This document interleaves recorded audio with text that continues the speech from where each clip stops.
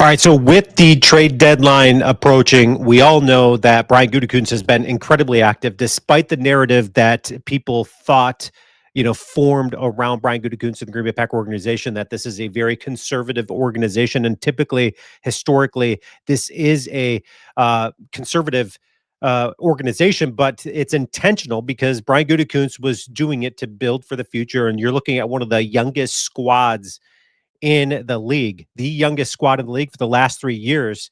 And he's built this team not just to be around this year, but to be around next year and the year after year and the year after. That's what Brian Gutekunst has built. Now he's given up and he's squashed the narrative that he doesn't part ways with his draft capital, clearly. And with the trade that they did with the Dallas Cowboys, getting Micah Parsons on board, he crushed any narrative out there that this dude is conservative, that he's not willing to part with draft picks, especially number one first round draft picks. He also squished the narrative that he's not willing to go and get some offensive help. He did that in the first round, getting Matthew Golden around Jordan Love.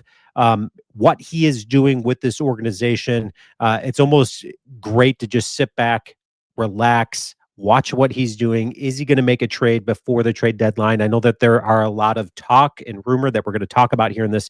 And leave your comments. Let me know what your thoughts are. Do you think the Packers, Brian Gutekunst, do you think they're going to make a trade? Okay, so clearly when he went out and got Micah Parsons, he abolished any doubt that we had that he was ever capable of making a massive splash. He also did that when he made an offseason acquisition, going and getting Josh Jacobs, who transformed this offense. I know as Packer fans really loved Aaron Jones and loved the energy that dude brought, but Josh Jacobs brings that same type of energy, only though he runs harder. I really love Josh Jacobs. I think, yes, he been off to a little bit slower start. Yes, given the offensive line woes and the problems that we've had on our offensive line. It will get better. I can guarantee that it's going to get better before it gets worse. Xavier McKinney, he also went and got that acquisition in the offseason 2 years ago, and we've seen the contributions Xavier McKinney is to the defense of Jeff Hafley. This dude is one of the better safeties in the league. And then you've got Aaron Banks in addition to the offensive line. Now, the narrative is out on Aaron Banks. Is this guy, one, going to be able to stay healthy? Two, is he worth the money we paid him? I think the answer to that is no, he's not worth the money we paid him. However, the Packers have structured the contract so that if they need to part ways with them sooner, they can do that without affording, giving up a ton of money there. But what about the Nate Hobbs acquisition? Okay, this offseason, they went out, they gave up Stokes, they got Nate Hobbs, and it looks like they made the wrong decision there because Stokes, we saw what we had in Stokes. Stokes was a very good rookie, and then he had his injury problems, and then he just wasn't the same corner. He's having a very successful year. Sometimes a change of scenery is best for a player. Eric Stokes certainly having a way better, more productive year than Nate Hobbs. But what about the rumors that are out there right now swirling around the Green Bay Packers? Are they going to be making a trade? If so, who's it going to be? And there's a lot of talk out there as of right now for the Green Bay Packers trying to make a splash with a seller. And a seller team is a team that's not living up to the dreams. The Browns know that they're always a train wreck. They know that they're not going to get into the playoffs, but are they willing to part ways with Garrett Wilson? I've heard even trade rumors that maybe the Browns part ways with Garrett. That's not going to happen. Okay. But what about their corners? What about, what the Packers have potentially and going and getting a Denzel Ward? Is that going to be a potential there for them? Time is going to tell. So if they did, this article, I love how they broke this piece down of what would the Packers have to absorb if they did get him. Well, it's a $7 million remaining base salary this year, $20 million in 2026, 20 and a half in 2027. And after paying Micah Parsons what they did, and you've got the Zach Tom contract, you've got the Jordan Love contract. Does it even make sense financially? You're going to spread yourself thin. I don't think it's necessarily a wise move, but let's break it down a little bit even further. What about, I love what this says right here. What was the compensation they got for a Marshawn Lattimore or a L'Jarius Sneed? The Tennessee Titans acquired Sneed from the Kansas City Chiefs for a third-round pick.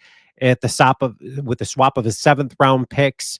Lattimore was traded at 28 years old, same age as Ward is, um, to the Commanders, and they sent a 3rd, 4th, and 6th-round pick to the New Orleans Saints in exchange for Lattimore and a 5th-round pick. So, would the Packers? They would have to give up some draft capital, and they're already kind of thin on that, given the acquisition of Micah Parsons and having to give up 1st-round picks, and then also getting some offensive line help there in getting Darian Kennard, which they had to give up a 6th-round pick for that. So the Packers are already going to be thin on the when it comes to the draft and their draft capital and all that stuff. But let's take a look at the depth chart here. So you've got Nate Hobbs and Carrington Valentine. Carrington Valentine is one of those surprise moves that is like, okay, this dude is really good. He's not really good. He could potentially be really good. He's filling the role. He's looking the part.